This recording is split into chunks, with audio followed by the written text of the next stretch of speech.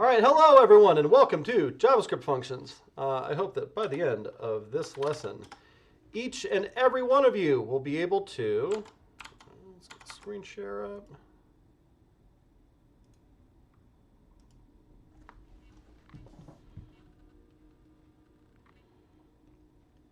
Write JavaScript functions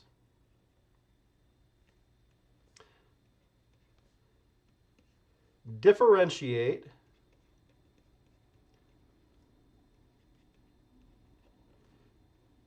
between parameters and arguments,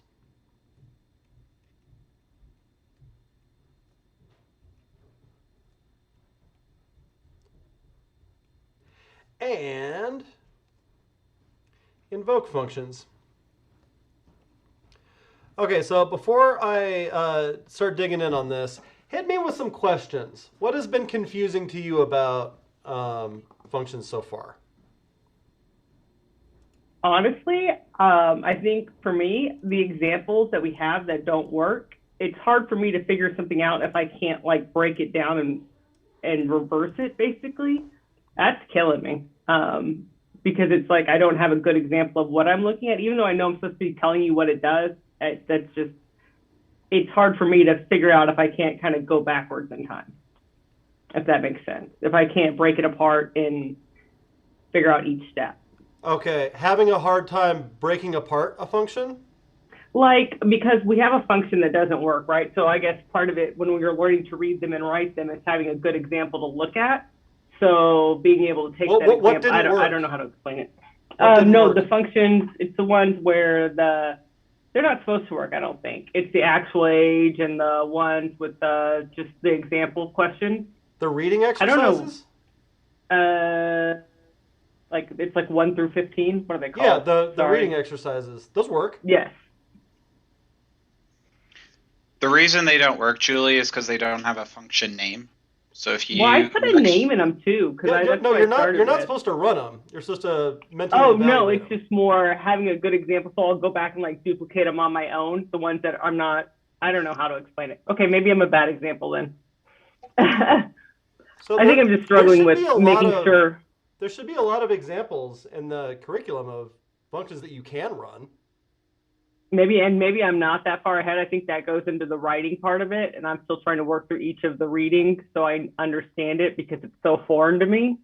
Okay. Julie, it did help me to do a lot of the reading first, and then I went back and started. Oh, I've gone through. Oh, you did that. So that was my next step, was to start looking at reading code, because I think that's kind of a part I'm missing. So yeah, I had to kind of go ahead. So I got so frustrated with some of the other assignments that I went ahead in the reading, and then some of those little nuggets of knowledge showed up later. Then when you flip back, you're like, oh my gosh, I can't, because I struggled through something earlier, but then some of the later stuff in the writing section, when you read through that, it gives you a lot of the knowledge you need to kind of go back. That's good to know. I didn't want to confuse myself, but that was going to be my next step, because I feel like it's not adding up to what it should be. Okay. Yeah, there's a lot more information in the future. Yeah. All right, so questions, specific questions. What are you struggling with? I think I'm struggling with the theoretical versus the actual parts of it. Beautiful. So some of the made up words kind of confuse me a little bit. Excellent. More of that. What's confusing? For using map with functions, it seems like the logic is there, and I understand how it's supposed to work, but then getting the syntax correct is jacking me up. Excellent. More. I think my question might have been similar to what Matt just said. I am trying to figure out how to use lambda functions with map. And even though I have all the logic here, I'm not sure how the syntax goes when it comes to a lambda function. Excellent. What else? The order, place it whenever you're trying to write the code, what order it goes in. Beautiful. What else?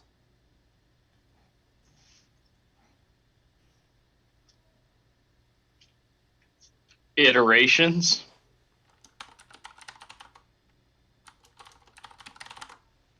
Okay. What else? What else is hard about functions?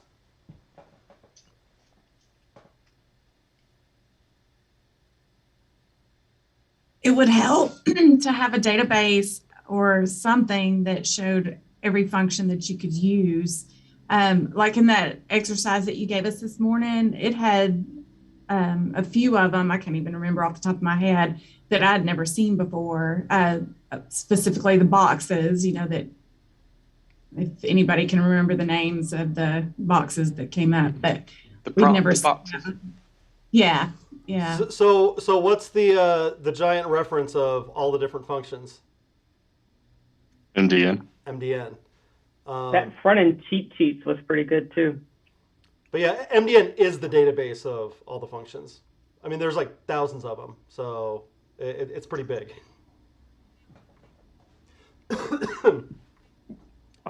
Would this be able to? This might exceed the scope of this particular lecture, but sure. Going over loops, for loops. Probably too much for this, but we'll see. Okay. What else?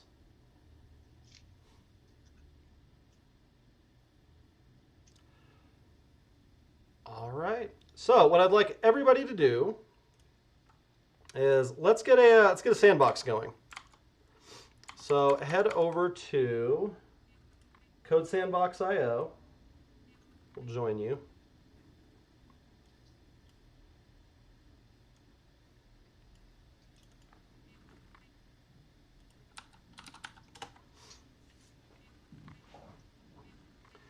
And you want to make a vanilla sandbox. So head over to Create Sandbox. Vanilla is there. It's right there. You can find it in the Explore templates. Vanilla is the one that we want.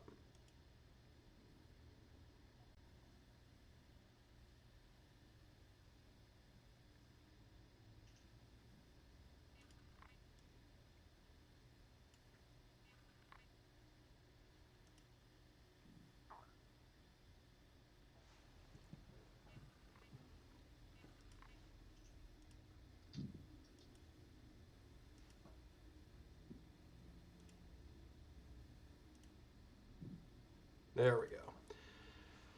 All right, so your screen should look like mine.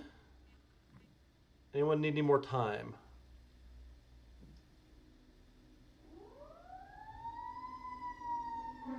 Cool. So in this Indexjs file, we're going to delete everything. And then, let's see, what do we have over here?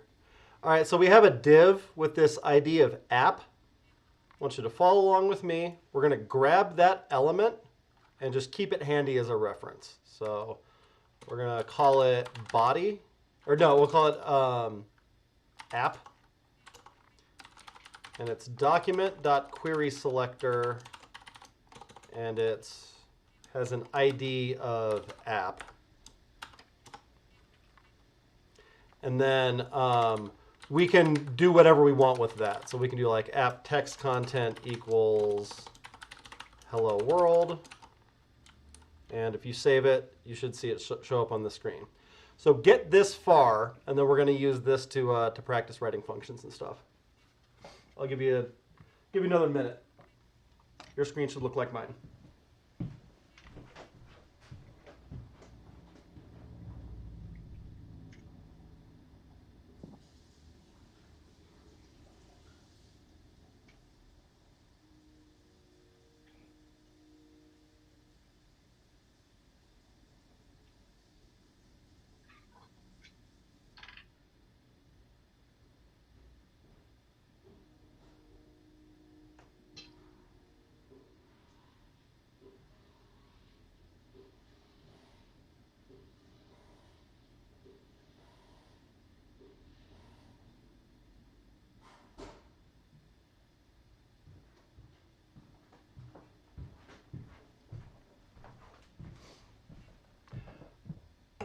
Okay, anybody have trouble getting this far?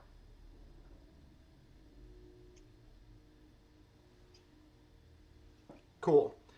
All right, so our first objective is writing JavaScript functions. So what I want to do is, instead of setting this app text content here, I want to do it in a function. So important thing to know about functions, 2 parts.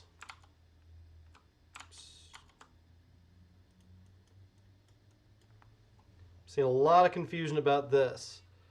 There's the definition of a function, and then there's the invocation of a function.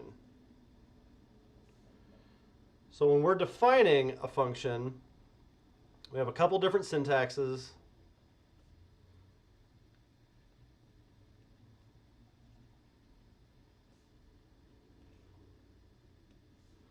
Our basic one looks like that. It has the function keyword,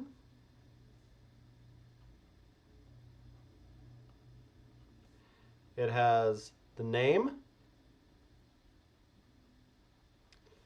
it has the parameters, and it has a body.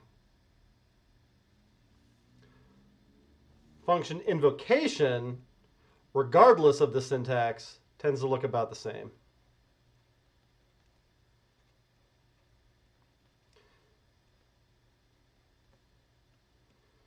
So this is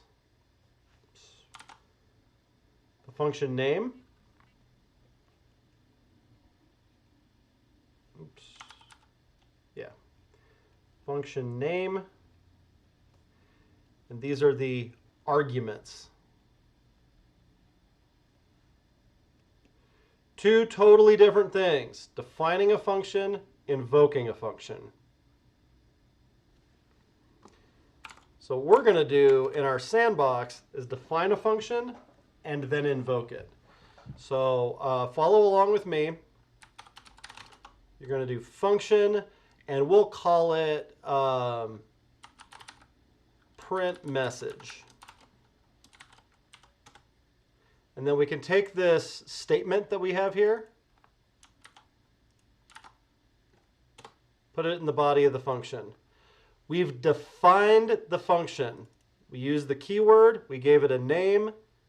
It doesn't have any parameters, so we put an empty parentheses. And then this block is going to be the body. Body contains statements. That's a statement. So if I save that, nothing happens. I don't see anything on the screen. Why? Because you haven't invoked it. I haven't invoked it. So if I invoke it, that makes it show up on the screen.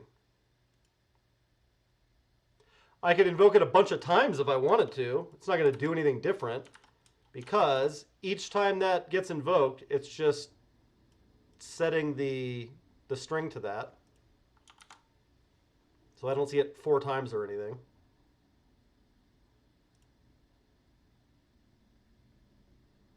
It's mad at me about something, though.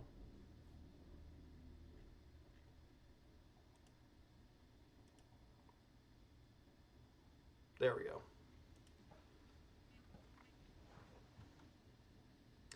So what I want you to try on your own right now is, if I wanted this message to be any kind of message, how could I make that variable? Try it yourself. 2 minutes. How would we make it so wouldn't have to be hello world? Could be hello world, hola mundo. Could be some dynamic value.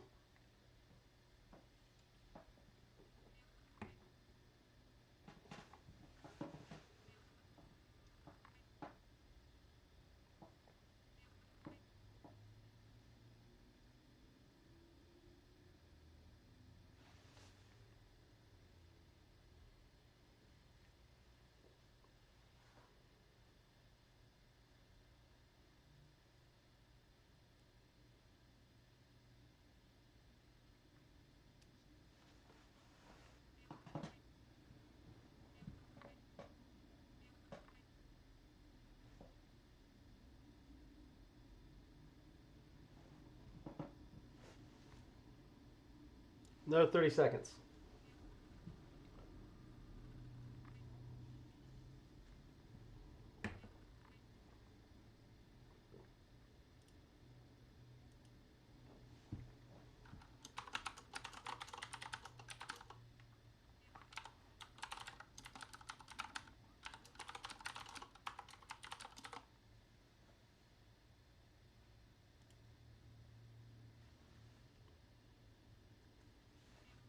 All right.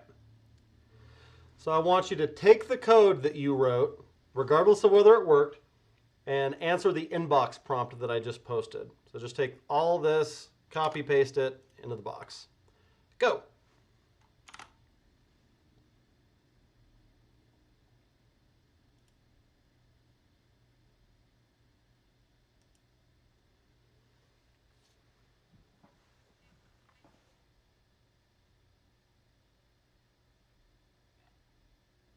Use your code fences, please. Yeah, I got excited and forgot about that. Shucks. Sorry, Kyle.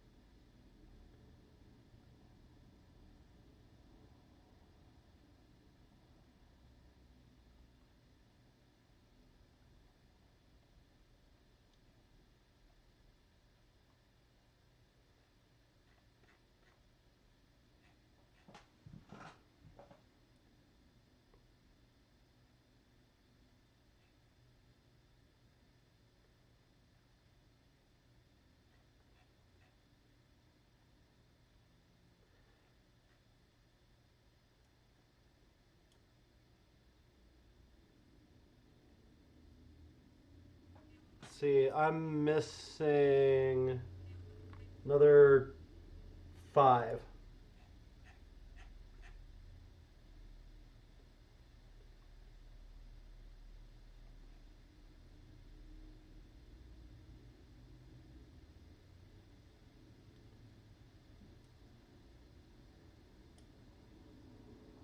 Two more.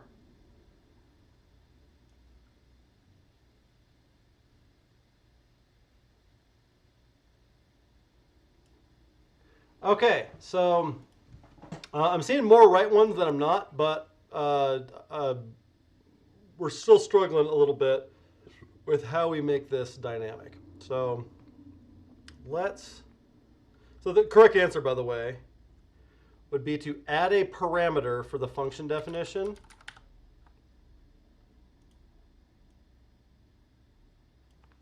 Make this use the parameter and then pass the value into it there. Now it's dynamic. So it could be hello world or hola mundo. Now it's dynamic. Let's draw it out.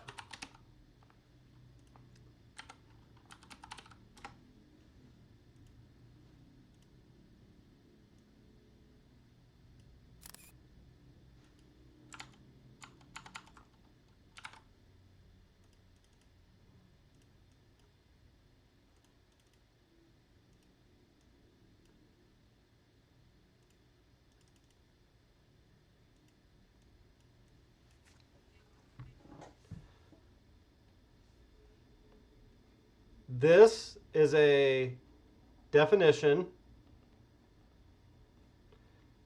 This is an invocation. So there's step 1.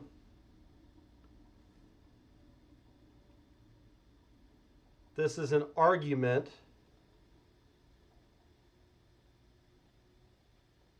This is a parameter. So that argument becomes that parameter and gets used there. Ask me some questions about that.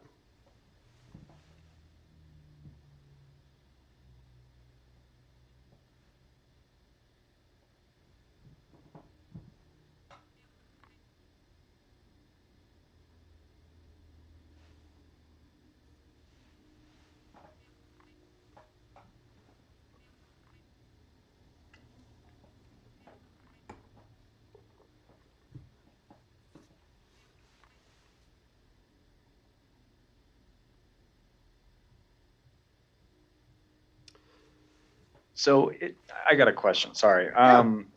If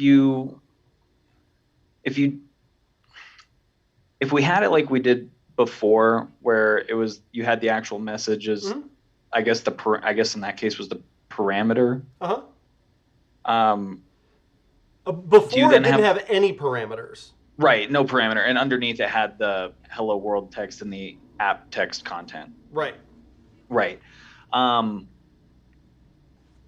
Because you didn't give it a parameter, it was only specific for that function, whereas now you could technically put like this print message on a different function. It would print the same message. I can change what gets printed. I couldn't do that before. If I have this hard-coded,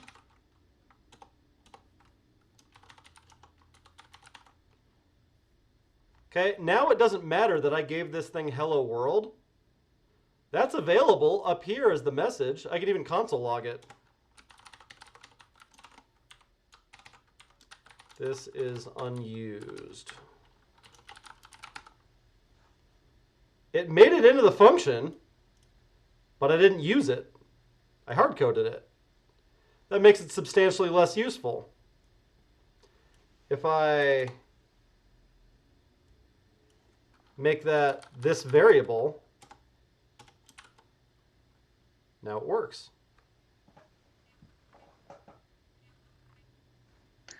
And this might be a really dumb question, but I've been thinking about it for like 2 days. What's the point of having a function display text as opposed to just putting it in like a paragraph HTML? Sure.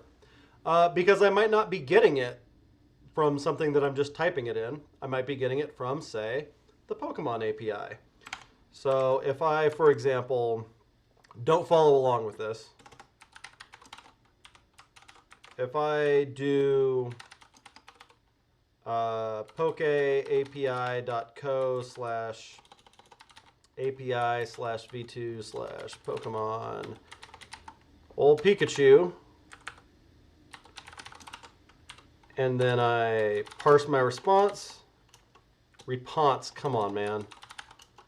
I've only made that mistake about 4 billion times.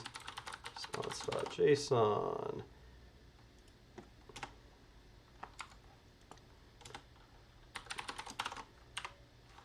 And then I take Pikachu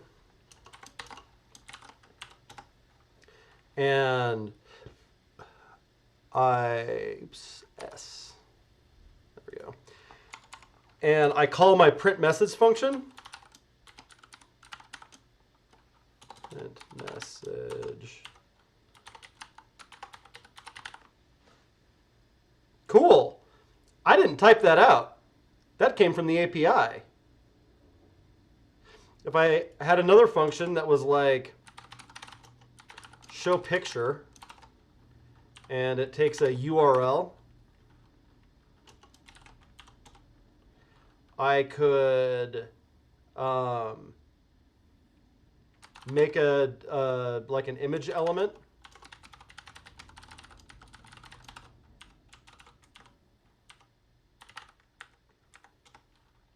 Set the source to that URL.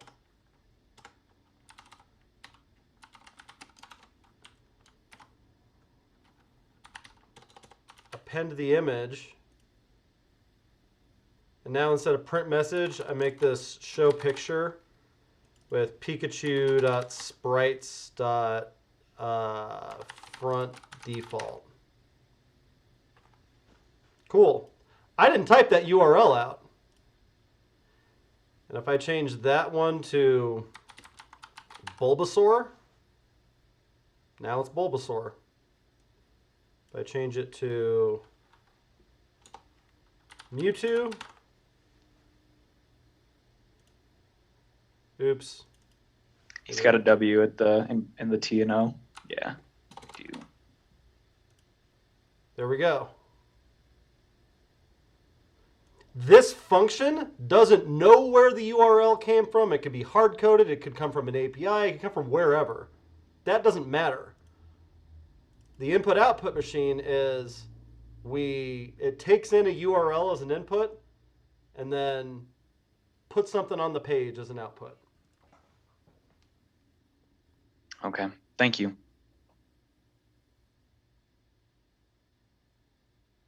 Ask me more questions about this. Why would you make a function that doesn't have a parameter? That, you know, the parentheses are blank. Sure. So the reason that you do that is if you have a side effect. So it's something that isn't necessarily turning an input into an output. That's our function. You also just have a procedure, which is repeated code. So maybe it's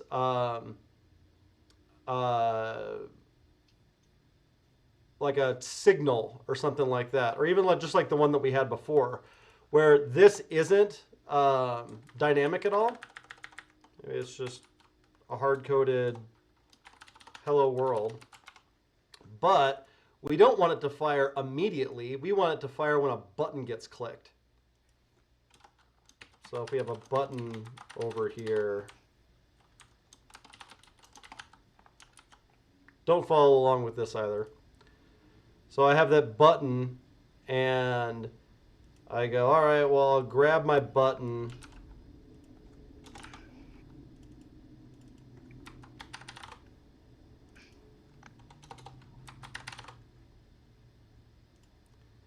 And every time the button gets clicked, I want to call that function.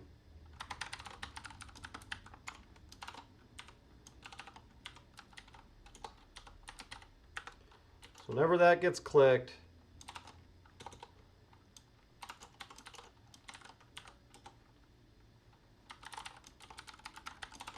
call print message.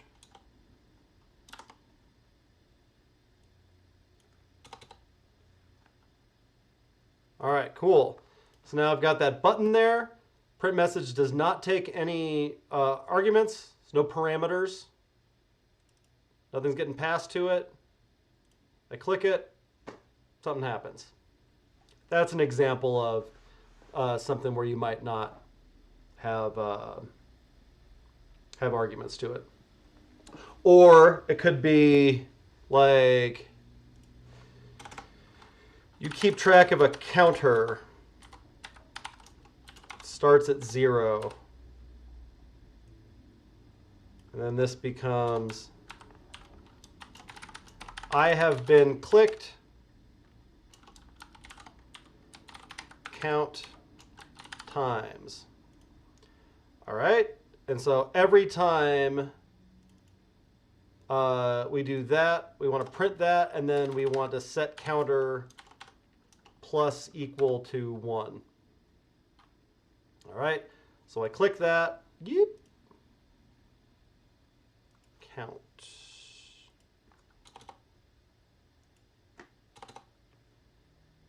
All right, so we do that. I've been clicked 0 times, 1 time, 2 times, 3 times, 4 times. No parameters. We could give it one.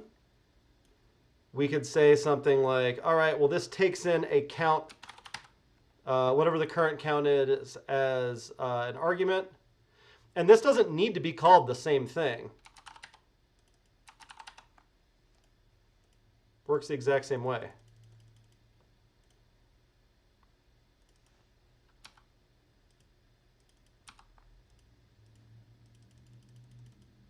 You can do that too.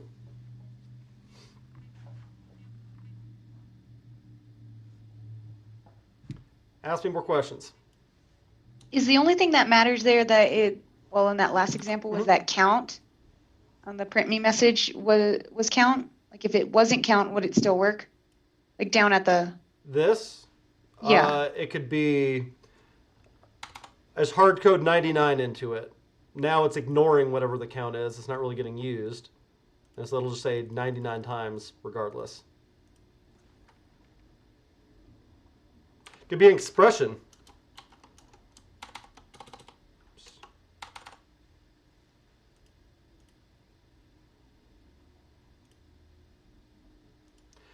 So was that count pulling from the count below?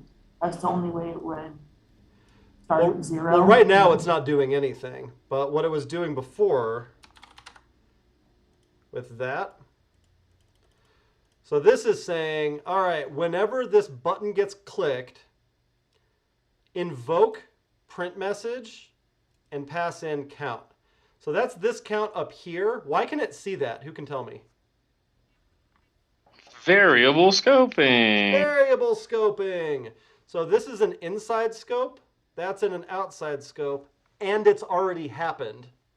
So that means that count is in scope, which means I can use it. Since count is in scope, I can also change it, which is what I'm doing here. And so every time this gets clicked, it invokes this function with whatever count currently is. That's this C over here. Uses it over there, then comes back here and changes count, and then goes back to waiting to be clicked again. So let's trace the logic on this.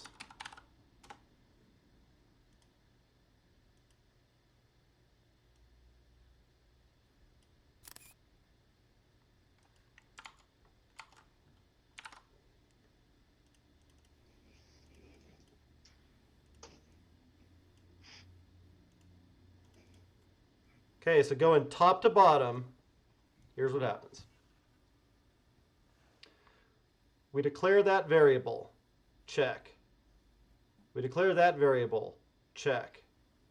We declare that variable, check. This is also just declaring a variable. Doesn't actually do anything in here. And then we say, all right, this is another, it's effectively declaring a variable also.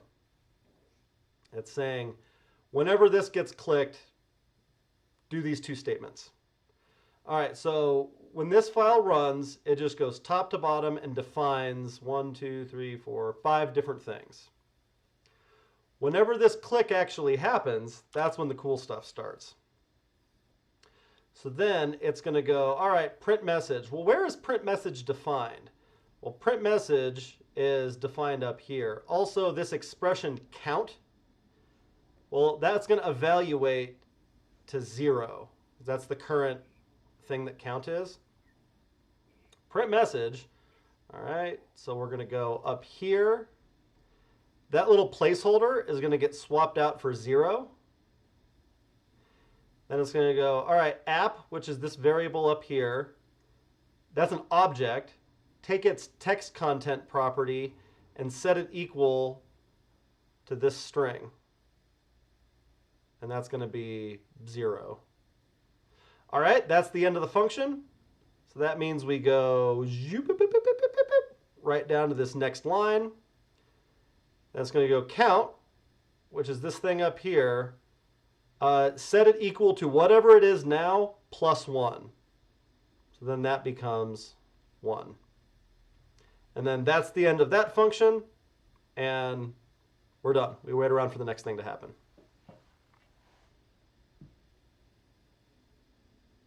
Questions about that? So it's a loop, but it's a prompted loop.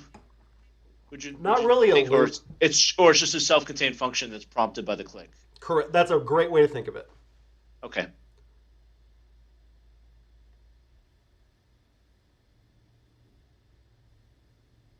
So in the function print message, and then why is it that it can be a C, and then could that be a C, and then the one in the string, could that be something else? Or do they have to match? That needs to match, and the reason why is this needs to be some in-scope variable. It doesn't need to be the parameter. In fact, in this case, I could even just use count directly because count is technically in scope. But I'm passing that in so that I could just use my inputs. Makes it a little bit cleaner. But I can't make this hurdy-gurdy. If I do that, watch what happens. So if you made that count, that could works. you have an empty parameter where print messages, or does that have to still be C? So what's happening now is now I'm not using that parameter. You even notice that it's probably hard to see over a video. It's grayed out. It's letting me know like, yo, you defined a parameter here, but you're not actually using it. So she had the same question as I did, which was, could you then just take out C altogether and have the empty parameter? That's where we started, yeah. So if I do that, this ends up doing the same thing. I think that's what was confusing about this example, is not seeing how they connect it. Like, why would we even have a C in there? Because what's nice about passing that in is now this entire thing is totally self-contained. That's its input. This is the thing that it does. End of story. I guess it still needs app, so we could have passed that in too.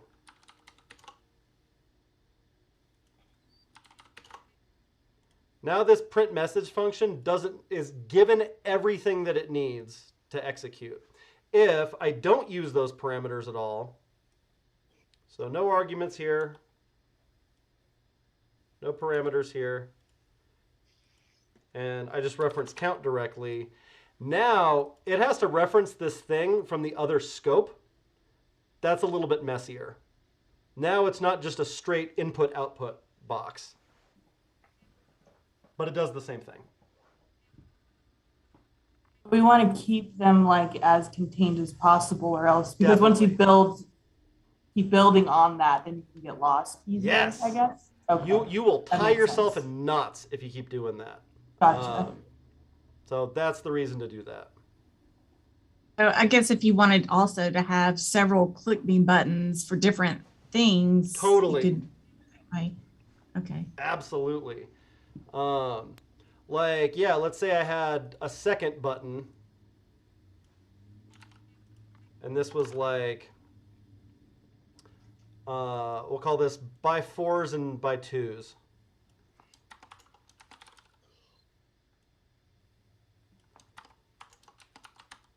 So now I need some way to differentiate them, so I got to give them a class or something.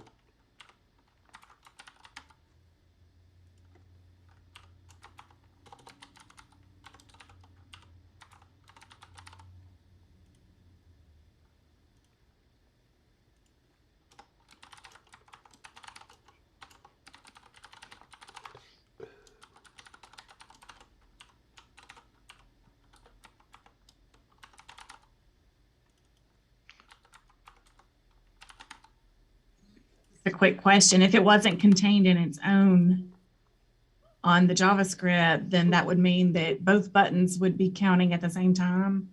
Is that correct? Not necessarily. They would have to reference the same thing, but okay. This might make it more clear. By 2s, add event listener. By 4s, add event listener. All right, so now I have 2 buttons. I've got 2 totally different handlers for this. And I'm going to put the count first. Say I want this to go up by 2.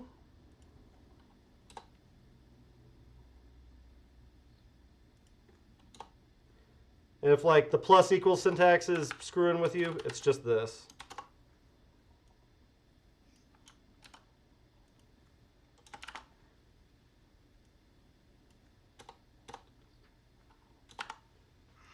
So I could do that and have that go up by 2s or by 4s.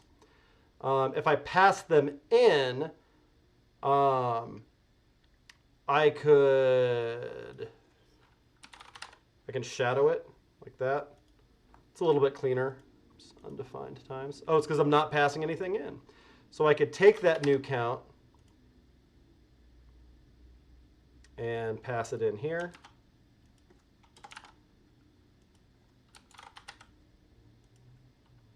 Like so.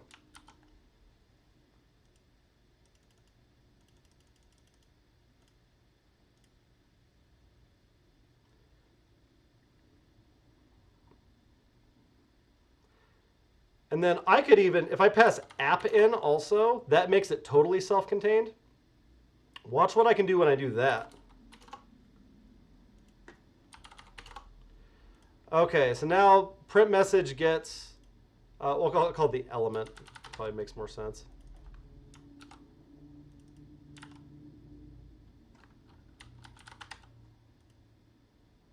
So this takes some element and then some count, and then makes the text content of that element the thing.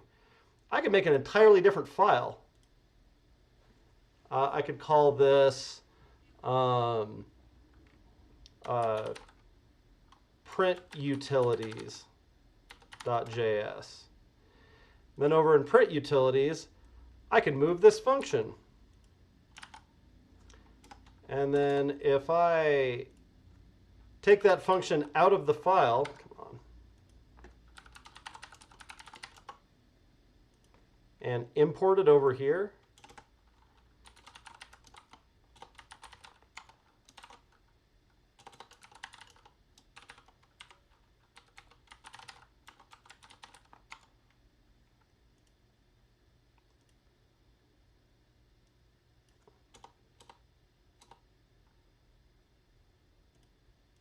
check it out, it still works. That's the reason for having all of that like nice clean only input output separation, is that this doesn't, I could reuse this across different projects even. Theoretical. Theoretical. Actual. Actual. Actual. Actual. If you wanted the two buttons to keep a separate count, how would you do that? Great question. So I could have like count 1, count 2.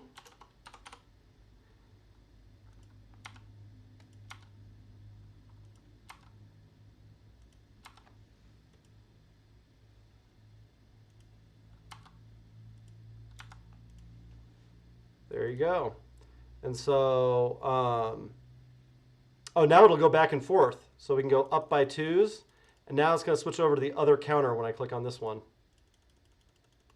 Back to the other counter. Back to the other counter.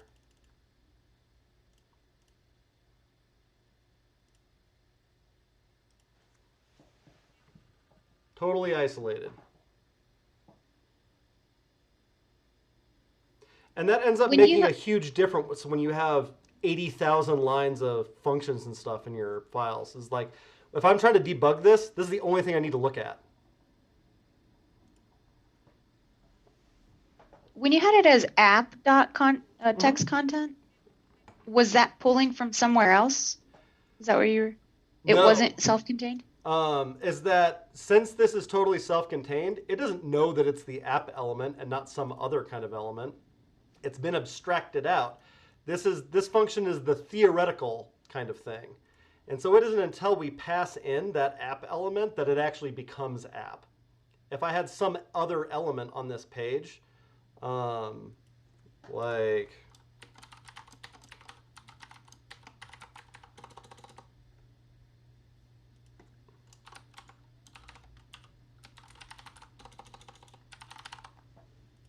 so now I have 2 elements here. If I grab that other one,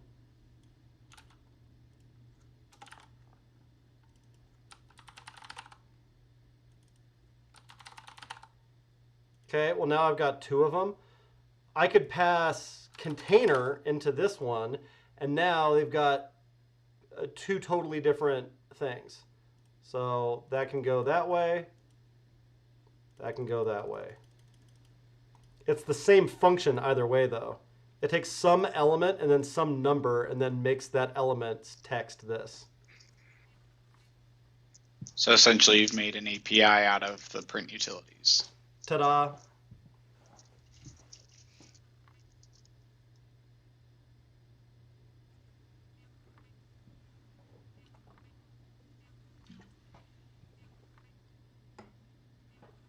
All right. Let's go back simple again. Get rid of all this.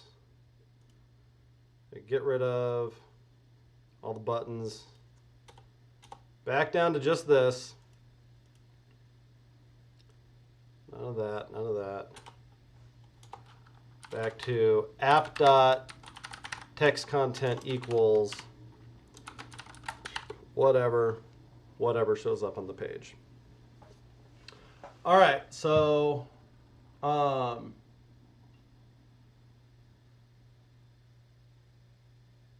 I want you, this is basically the same question that I asked before, but I want to see if the answers got better.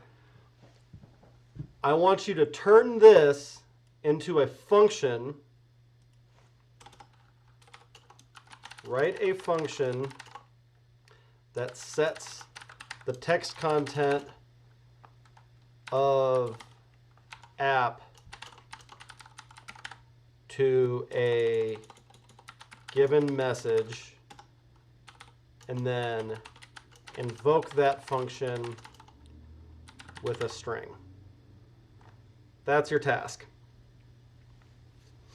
2 minutes, starting right meow.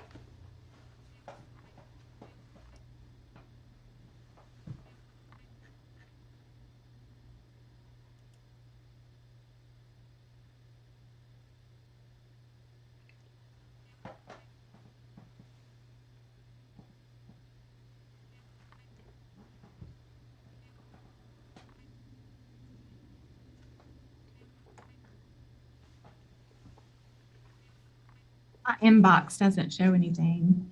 It's because here. Oops, no, wrong prompt, wrong prompt.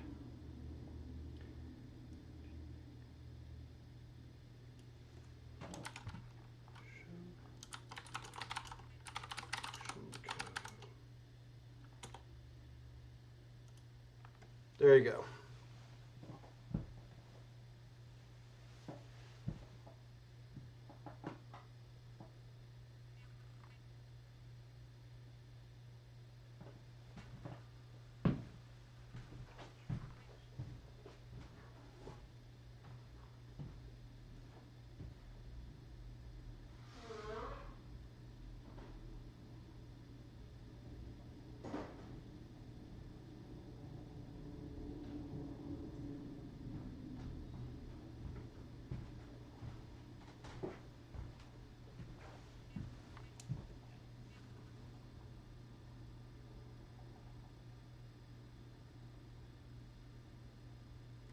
I'm starting to see some people find the beat.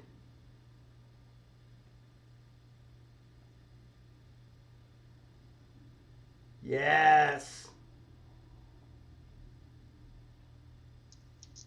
Yes. Keep them coming.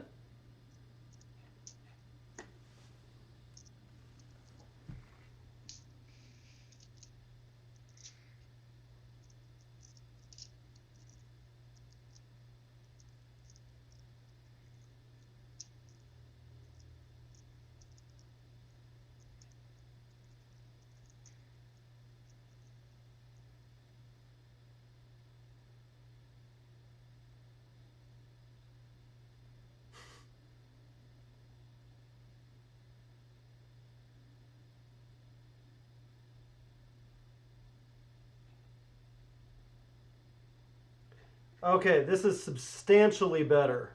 Still need a couple more.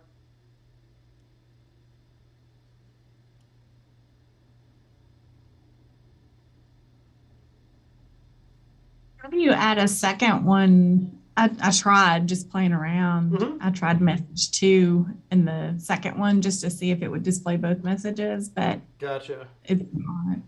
So there's a couple different ways we could do that. By the way, correct answers were write a function that sets the text of app to a given message. Function show message. Parameter could be called whatever we want. Message m. We're going to take app, set its text content equal to whatever m is. Step 2, invoke that with a string. So show message. And there we go. So if I had two messages, message 1 and message 2, and I wanted both of those to show up. So if I do that like this,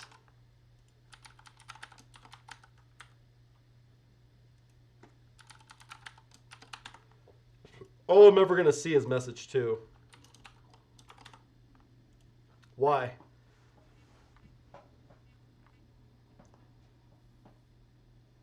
Because that was declared after the first message. Yeah, it just blew out what I did on the first message. This replaces this. So if I wanted to do them both, I could put them in the same string. So I could say something like,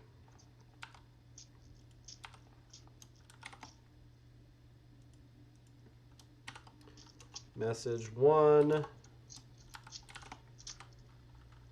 message 2. And now they're both in there.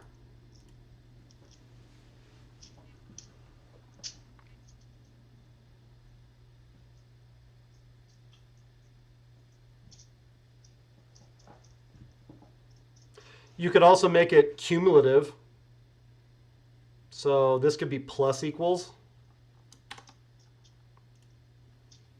Actually, I'd only do that with a button. Otherwise, it doesn't really make a difference. Never mind. Cool. More questions about functions and parameters and arguments and that stuff?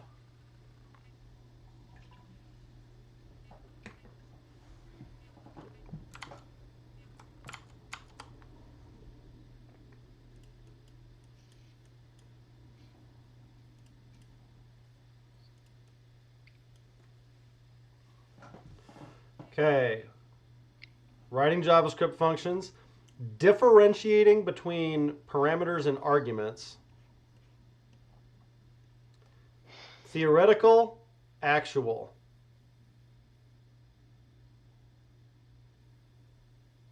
Ask me some questions.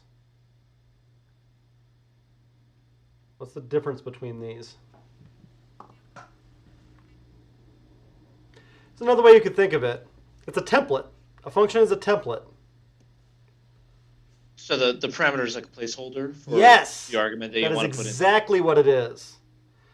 So I've got these placeholders here.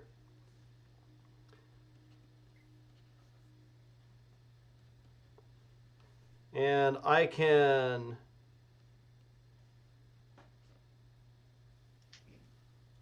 drop that in there, or come on.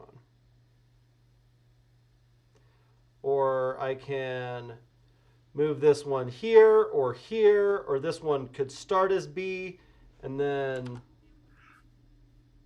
no, never mind, it's not B anymore. Now it's D. It's still the same template no matter what. It's got these placeholders for us. The placeholders are parameters. The actual things that we're putting in the placeholders, those are arguments. What do you call it in the body of the function? Like where you're putting message equals whatever that has to match the parameter unless there's an outside variable that it's pulling from. It's just a variable. You can call it a parameter there too. Like this is really just where the parameter comes into the function. It's still a parameter there. But it's got to match unless it's pulling from the argument from a different scoped thing, right? Yes. Like with the count. Okay. Like if that's the thing that you want to use. If we've got like another thing over here that we want to reference, like you're allowed to do that. But if you want the actual thing that you got, that's the parameter you need to reference.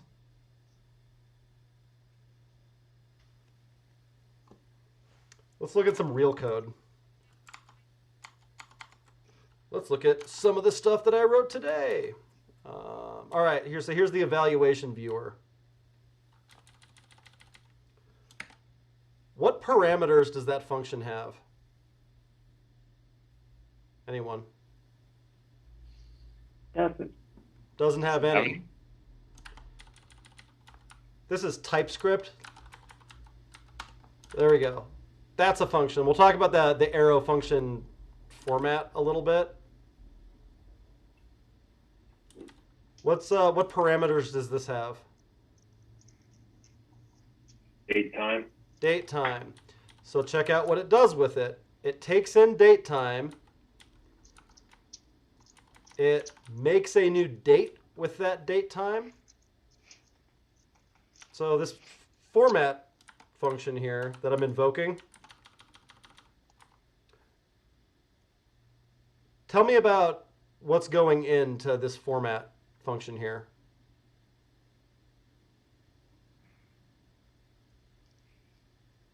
The new date. Yep. That you've plugged into the parentheses or the quotes, right? Yep. And then, so that is that a parameter? Is that an argument? What is this? Argument. Wouldn't it be a ding, ding, ding, ding, ding? Yeah. That's an argument. As is this. This is just a string, right? Format takes a date and a string, and then formats that date to match this pattern. So that's month formatted a certain way, /date formatted a certain way, /year formatted a certain way, and then whether like the time with AM and PM. That's what that string means. What is new date in there? So this date time is the number of milliseconds since January 1st, 1970. That's called an epoch time. And what those do, it's a really common way to do math and programming. So if I do date.now, that's the number of milliseconds it's been since January 1st, 1970. Watch, you can see it go up. See, it's a little bit higher. So those are nice. They're easy to store in databases. They're easy to do math with. But like, that's not a date. Doesn't have a time zone. Like, doesn't do any of the things that we need to do with dates. So you can pass that into new date.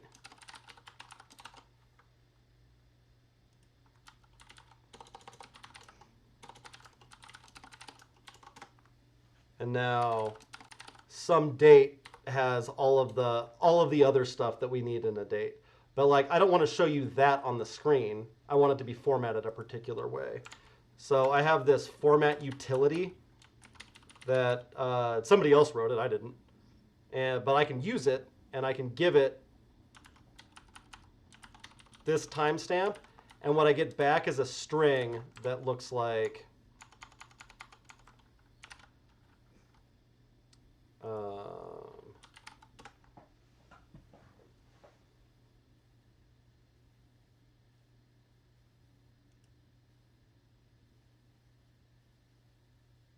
wait for it.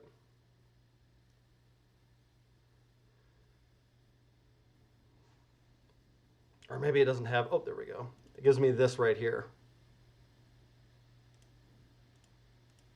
So I pull timestamps out of the database, pass them into that function, and it turns it into this for the page.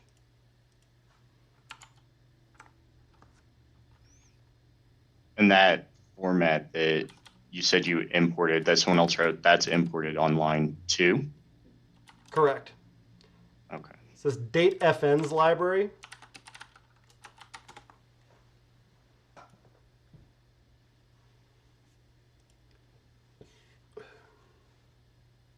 And if I go down to format, these are all those different characters and then what they turn into.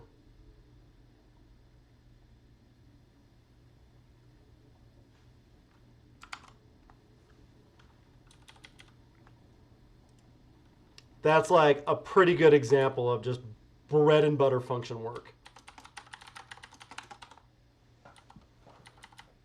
Real quick, Kyle, did we say that on line 12, date time is an actual argument? Yes. Well, okay. This is one argument. This is another argument. This is a parameter. That's the thing that we were given up here. Okay. Okay. Gotcha.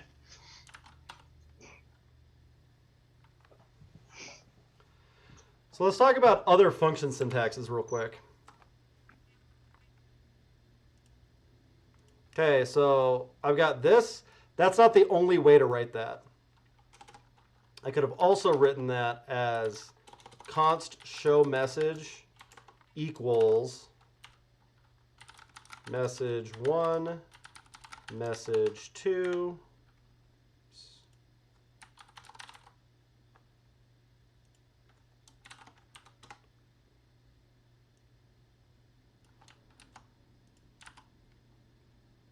These two things are identical. They mean the same thing.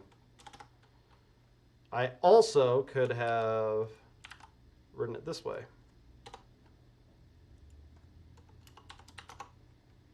Exact same thing. So that's called a function expression. That's called a fat arrow, or just an arrow function. This is called a function declaration. All the exact same thing, though, just different syntaxes.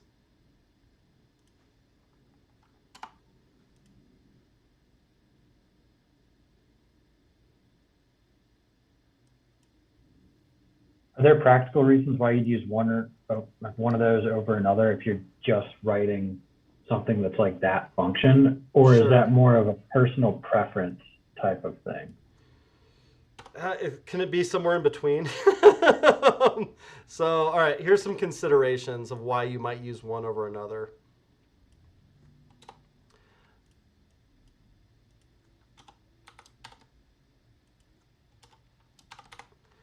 Okay, so this one, it doesn't matter what order you put it in. And so even though I'm defining it here and invoking it here, I could move this down here and it works the exact same way. That's the reason that you would do that. And like, truth be told, I kind of like that. Most of the time in my own code, I really like taking advantage of that because like if I could do things like this formatting utility, why does this need to be the first thing that I see in this file? There's actually a good reason for that in this case, but like I might want to tuck that away and only look at it if I need to find out how it works. So what I could do is move that down to the bottom of this whole thing and then make it a function declaration. And now this code still works. So that's why you might write it that way.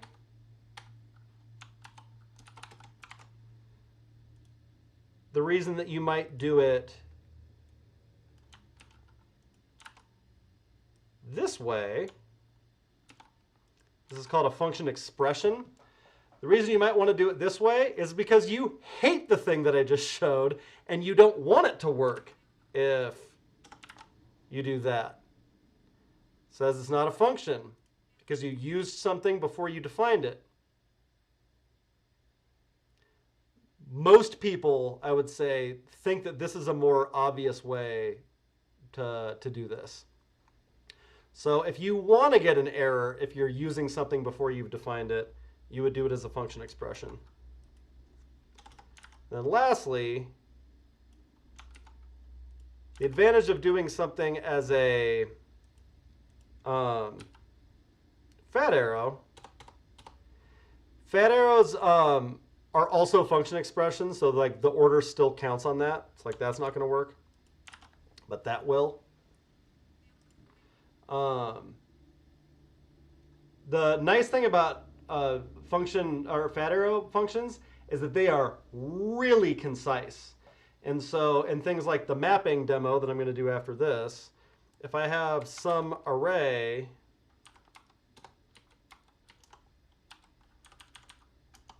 and I'm mapping over it, if I'm using a declared function for that,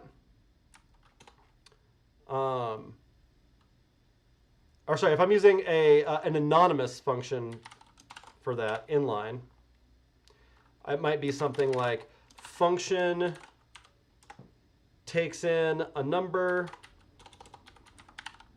and then returns number times 2. Okay, so that's how I would do that with an anonymous function expression. With a fat arrow, though,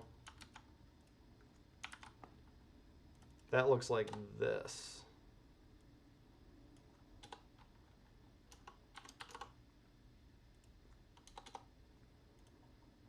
Those 3 lines turn into this 1 line. It's just a way more concise way to write functions. Most languages don't have these. They're called lambdas, as I think Danny Fritz was telling y'all earlier. Most languages don't have lambdas, but man, is it beautiful when they do. So arrow functions are only really worth it when you're only returning one thing, because then you could make it that 1 line. Oh, I need to be real clear about this. Functions always only return one thing. You cannot return more than one thing from a function, ever, ever, ever. You can return an object that has a bunch of things in it. You can return an array that has a bunch of things in it, but those are still one thing. So, but anyway, what you're getting at is like, yeah, if it's only on 1 line, then you don't need the return keyword, you don't need the curly braces, like you lose a lot of syntax on that. But even if you are doing multiple statements, like if I want to save that into a variable first or something.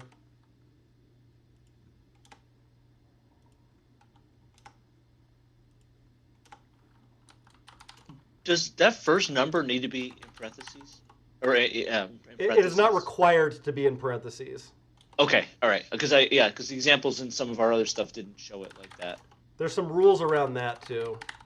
Okay, so yeah, if I was doing two statements here, most people think that, and I'm included in this, that fat arrow is a lot easier. It has less noise when you're reading it than having the big old function keyword does. But these are the exact same thing.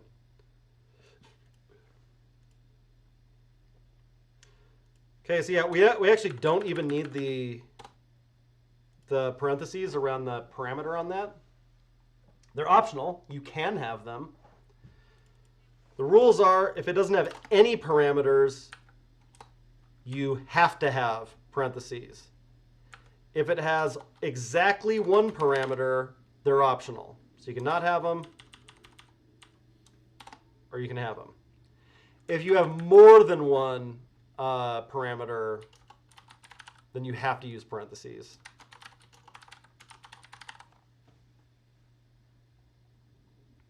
And like, I'm sure that sounds like super arbitrary, why those rules are what they are. Most Lambda functions only take in 1 parameter. Lambda functions are from functional programming. They're from specifically this thing called the Lambda calculus, which was a math discipline from the early 20th century. This guy named, with a really cool name, Haskell Curry. Where's old Haskell? Lonzo Church. Where's the other guy? Whatever. It's a way of expressing change as like inputs and outputs, basically. And there's a bunch of different principles to it. There's almost no reason that any of you would have studied that in school, even if you like majored in math. But there's a lot of really cool things that we can do. Like, for example, this. This takes all the performances that have evaluations. It filters out ones that have not been evaluated yet. It sorts them by the last time that the evaluation was updated. It reverses that sort. And then when I first pushed it up, like it was crashing my computer because it was taking like 8,000 different things and trying to show them on the page. So only give me the first 100 of them. So that cool ass pipeline, all of these are functions. And that works because lambdas generally take 1 argument. A little bit of a tangent, but that's the idea there.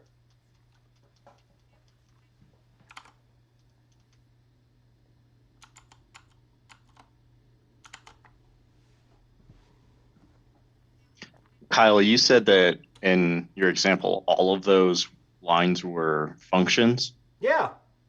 And it was within an array. Yeah. An array of functions. It was an array of functions.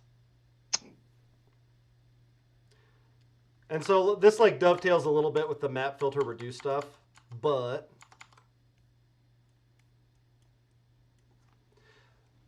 if a function is like a pure input-output thing, this is one of the reasons it's nice to pass everything that's needed for it in. Then what you can do is have a piece of data and go, all right, put the data through this transformation, and then take the output of that and make it the input of this next one. And then take the output of that and make it the input of this next one. And then take the output of that and make it the input of this next one. And then the output of that, so all of that is the black box. That's the lambda calculus, like in a nutshell, basically. We are applying a function to the same piece of data over and over and over again.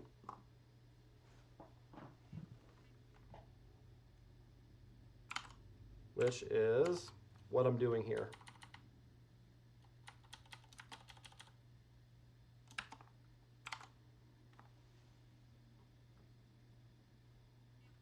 Important thing for you to take away from all of that. 3 different syntaxes for functions. For us, they're equivalent. They do the exact same thing.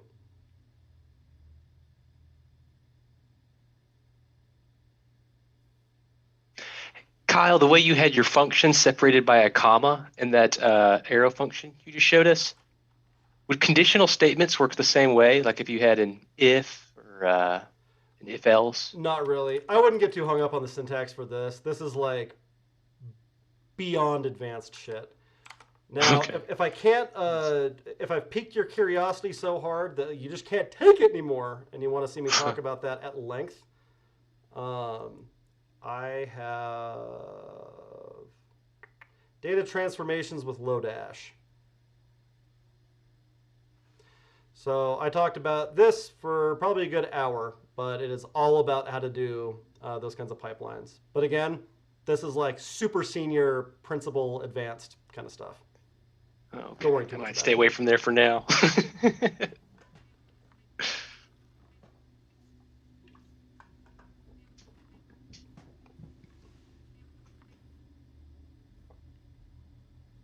Any questions about function syntax?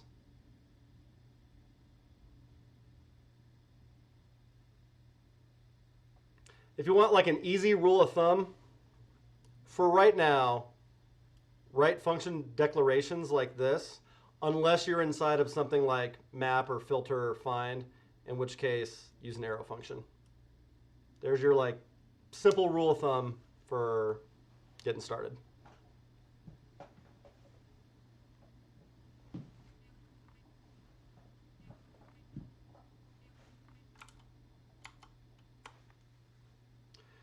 All right, let's see how we're doing on our objectives. Differentiating between parameters and args. So I'm going to post a prompt in inbox.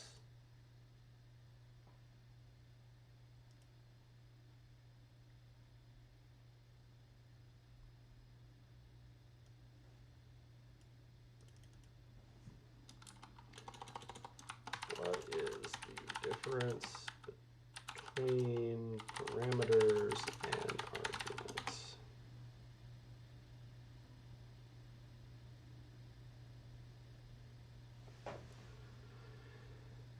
Wait for that to go. My computer struggle bus is pretty hard with like recording a video and then streaming my screen over Zoom and then running the LMS, which is not a light piece of software. All right, there we go. And it is. Yeah, I was looking at your CPU and RAM usage on your Oh yeah, huh? console. It looks real sad. Correct.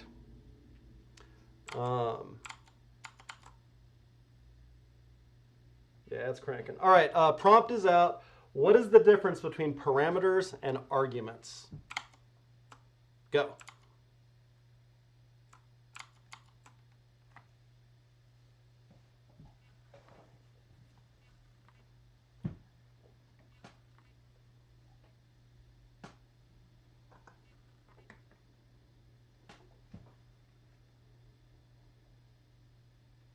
Excellent answer, Matt.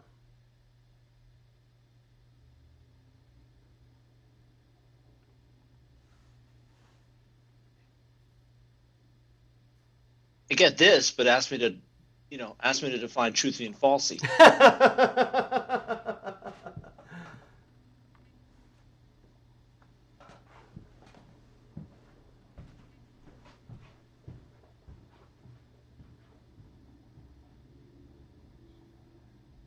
Matt, I have an answer for you. They're opposites of each other. Oh, I got it now. You should have seen the string of conversation I had back and forth with Kyle the other night.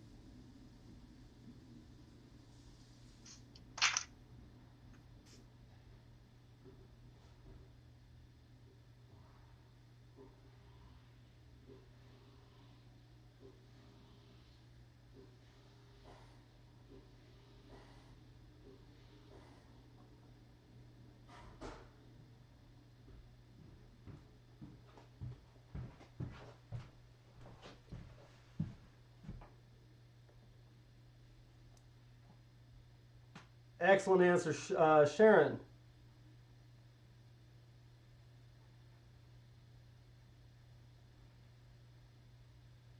Good answers.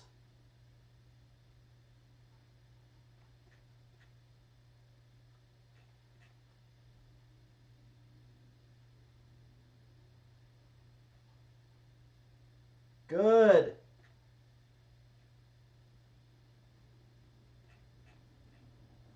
Julie, would you be so kind as to read your answer? It's very good.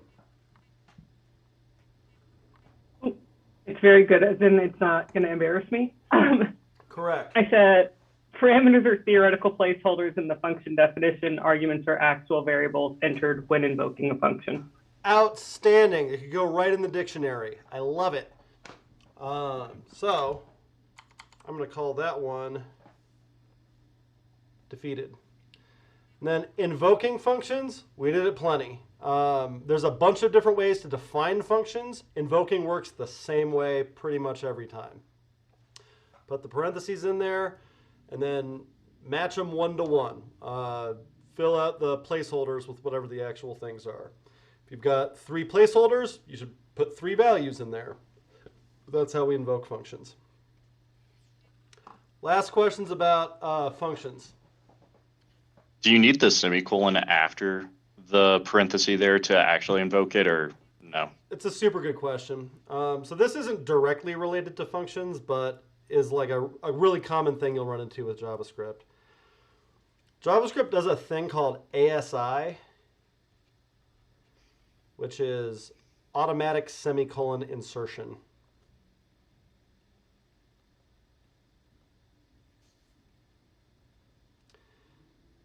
It's not accurate to say that semicolons are optional in JavaScript, but if you don't write them, the browser will add them back in for you.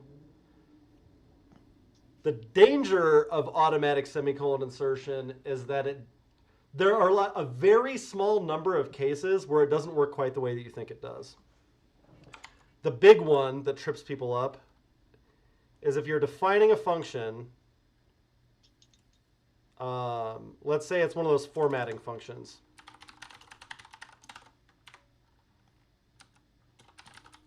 And it takes in a timestamp. And you return time is whatever, timestamp. Okay, so if we do this, that works just fine. And when the browser runs it, it'll add that semicolon in for you. If you break it up on multiple lines, because, hey, JavaScript isn't whitespace sensitive, who cares? Automatic semicolon insertion will put the semicolon there, not there. And so this will never actually run, and this will return undefined. Now, the real question is, why the hell were you doing that? That's stupid. Just do it this way. Whatever. There's enough of those little things that people get the heebie-jeebies and go, you know what, I'll just handle my semicolons myself.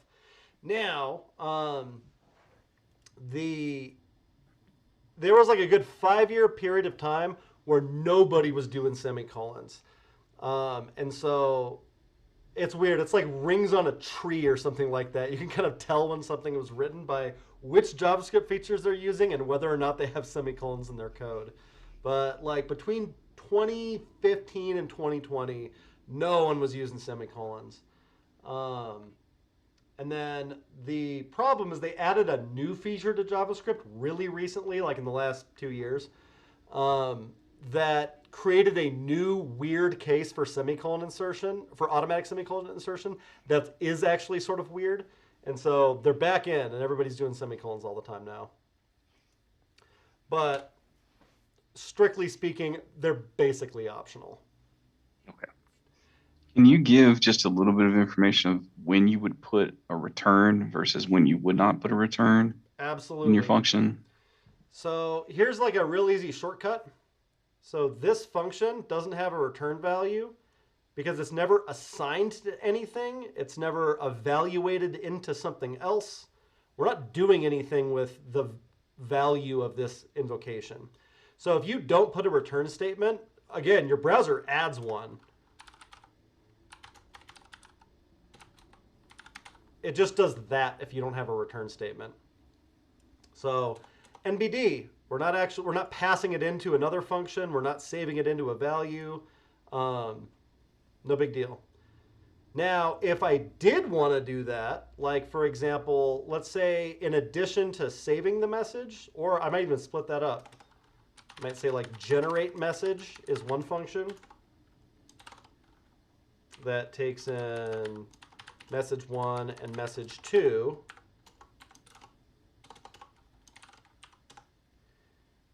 And mashes them together. Maybe that's one function. Well, then I'm going to want to return that because I want to generate the message and then maybe pass it into this. So maybe that just needs to be a single message now, again.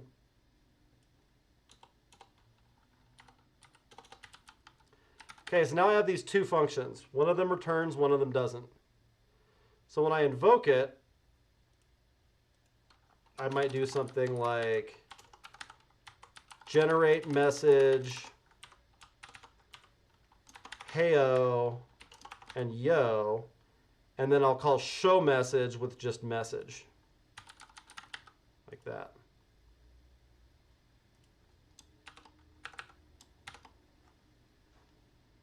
Ta-da! So that needs to return a value because we're saving it into a variable. This one is just changing stuff that's on the page. It doesn't evaluate to anything. We're not saving it into a variable. That's not getting passed into format or something like that. So we're not using it like an expression. So it doesn't need to return anything. Where did the dash come from on the Right display there. screen? It's kind of hard to see. Oh, okay. Okay, thanks. Good observation. I'm sorry, Kyle, just on this return subject. So when is it that we want to define the return? Is when it's going to be applied to a separate function or a different function? When we're going to use the return value, saving it into a variable, passing it into another function. Those are probably your big ones. Does return values follow like scoping rules? Yes. Okay. Yeah, this statement is just another statement, just like any other one. So if you had one function that returned information and you wanted to store that information into a variable, you would have, not a variable, into a array, you would have to return it, and then you could manipulate it into an array, right? Yeah, sure. Okay. They say some array. All right, I've got that message. So I can SumArray push that message in. So now SumArray has one string in it. And I could pass SumArray at index 0. That I have not changed anything meaningful in the code. Or anytime you see this pattern where you're saving something into a variable and then just using it right away, it's like cross cancellation in math. You can just pass that in too. That also works.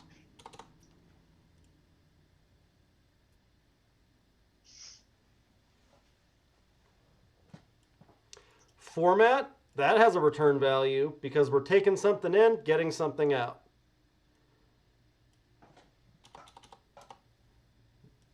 This doesn't have a return value because the thing that's coming out is like manipulating the screen. It doesn't actually come out of the function.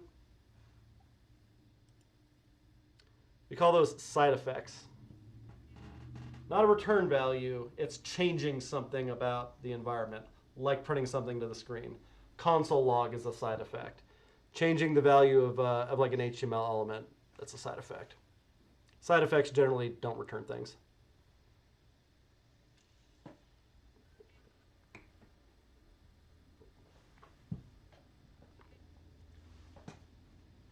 More questions?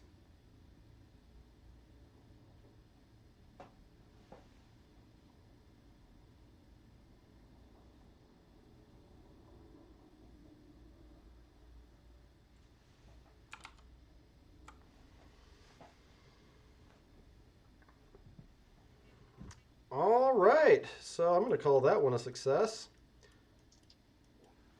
We wrote some JavaScript functions. We differentiated between parameters and arguments. We invoked some functions. We talked about theoretical versus actual. All pretty solid on that now. I'll talk about map in a second. We've done some syntax. We did some Lambda stuff. We talked about what order things go in. And then we're going to talk about iteration another time. All right, so any last things before I hop over to the map demo? We'll take a little break, and you can drop if you don't want to be a part of that.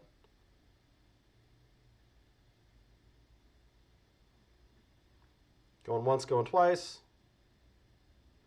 Sold. All right, that is the end of the functions.